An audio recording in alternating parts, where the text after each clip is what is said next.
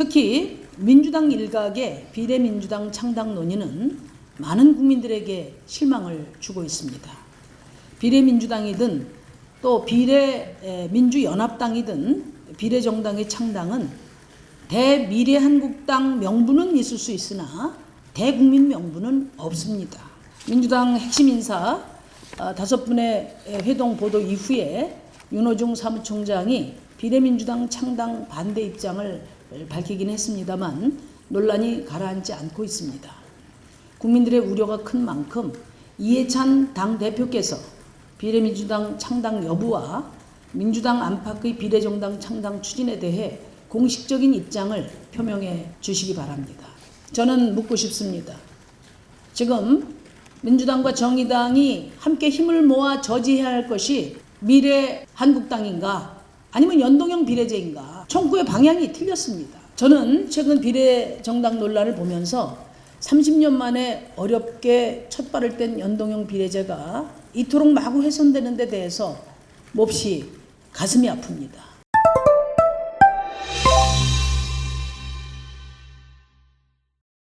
꼼수 비례정당은 정당민주주의에 대한 중대한 도전입니다. 미래한국당의 불법 꼼수 창당에 이어서 비례민주당 창당론이 대두되고 민주당 외곽의 자발적인 위성정당 창당 시도들이 이어지고 있습니다. 정당민주주의를 파괴하고 연동형 선거제 개혁의 대의를 훼손하는 거대 특권 정당들의 꼼수 미래정당 논란에 대해 입장을 말씀을 드리겠습니다. 미래한국당은 위헌정당입니다. 미래통합당이 자신들의 위성정당임을 공공연하게 밝혔음에도 불구하고 중앙선거관리위원회가 불법적인 미래한국당의 창당을 승인한 것은 명백히 헌법적 책무를 저버린 것입니다. 정의당은 이런 위헌정당 미래한국당의 해체를 위해서 헌법재판소에 위헌재청 심판을 청구했습니다.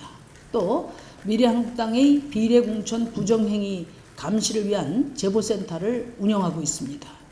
정의당은 위헌정당 미래한국당의 창당을 무효화하고 또 미래한국당 후보 등록을 무효화시킬 것입니다. 국민과 함께 정당민주주의를 유린하는 불이한 특권 정치 세력을 심판하겠습니다. 특히 민주당 일각의 비례민주당 창당 논의는 많은 국민들에게 실망을 주고 있습니다.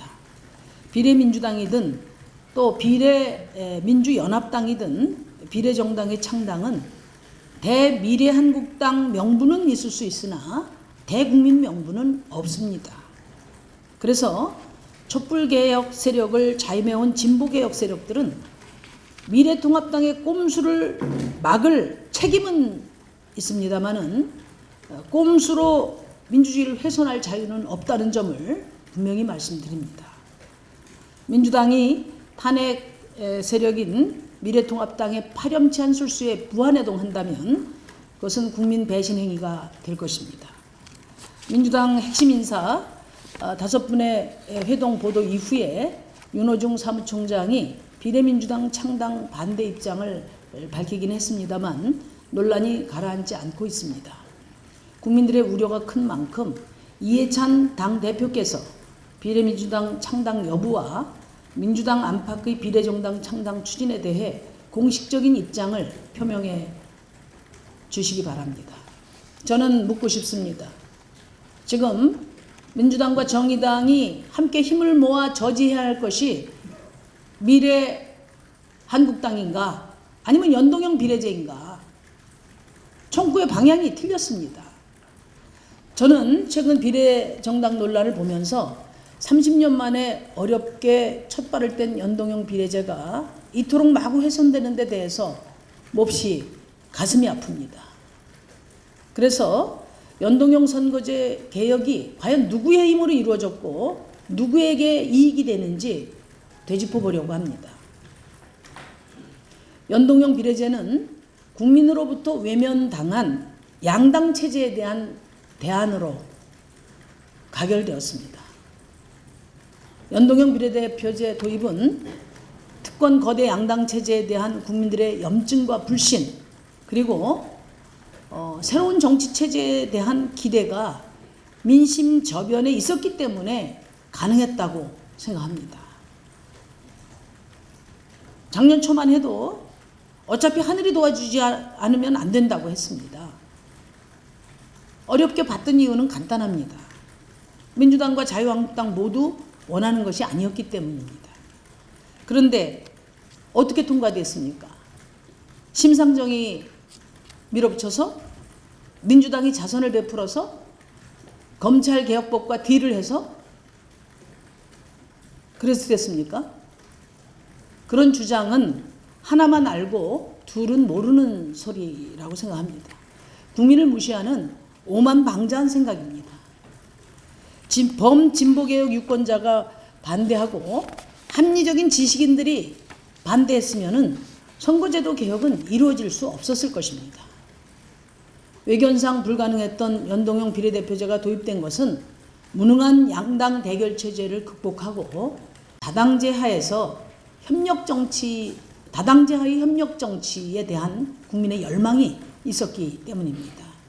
그 도도한 민심을 민주당도 내칠 수 없었던 것입니다. 선거제도 개혁이 미흡했던 것은 사실입니다. 그렇지만 개혁의 크기와 속도가 부족했을 뿐 방향은 바로 잡은 것입니다. 이제 와서 방향마저 틀렸다고 하면은 그것은 미래통합당을 비롯한 수구 반개혁 세력의 논리와 같은 것입니다. 그리고 지금의 이런 미흡한 선거제도를 주도해서 만든 것은 다름 아닌 민주당이라는 사실을 기억해야 합니다. 민주당이 이제 와서 안 해야 할 선거법을 고쳤다고 말하는 것은 국민들의 비웃음과 분노를 사고도 남을 일입니다. 또 정의당은 검찰개혁법을 민주당과 함께 통과시킨 것을 두고 민주당이 수혜자라고 말하지 않습니다. 정의당은 선거제도 개혁법과 검찰개혁법은 촛불 시민들의 열망이었기에 국민이 수혜자라는 믿음으로 민주당과 함께 통과시킨 것입니다. 민주당 일각의 이런 편협한 인식은 민주당의 개혁 의지를 의심케 하고 또 선거제도 개혁의 절실함과 중요성을 역설해 오셨던 김대중 노무현 대통령님 그리고 현 문재인 대통령의 뜻을 훼손하는 일이 될 것입니다. 정의당의 승리가 진보개혁 세력의 승리가 될 수 있도록 최선을 다하겠습니다. 진정한 협치는 민주당 줄 세우기식으로는 이루어지지 않습니다. 서로 다른 비전과 정책을 갖춘 정당 간의 협력과 경쟁이 존중될 때 협치가 가능한 것입니다. 민주당 일각에서 정의당을 관리 대상으로 생각하는 분이 있다면 빨리 그 생각을 교정해 주기 바랍니다. 정의당은 다른 정당들처럼 자리나 기득권 연장을 위해 선거 때마다 이합집산하는 그런 떴다방 정당이 아닙니다. 정의당은 20년 동안 가장 낮은 곳에서 온갖 박해와 정치적 제도적 불이익을 감수하면서 특권 정치 교체를 위해 오늘날까지 일관되게 진보정당의 길을 걸어왔습니다. 정의당은 당당히 국민의 선택을 받을 것입니다. 촛불 시민의 개혁 열망을 실현하고 불평등 타파와 기후위기 대응을 위한 국민의 요청과 기대에 최선을 다해 부응해 가겠습니다. 총선 이후 촛불 개혁의 완수와 수구 세력의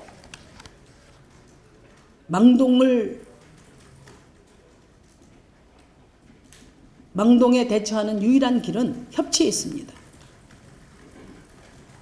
협치 늦었지만 아직도 유효합니다.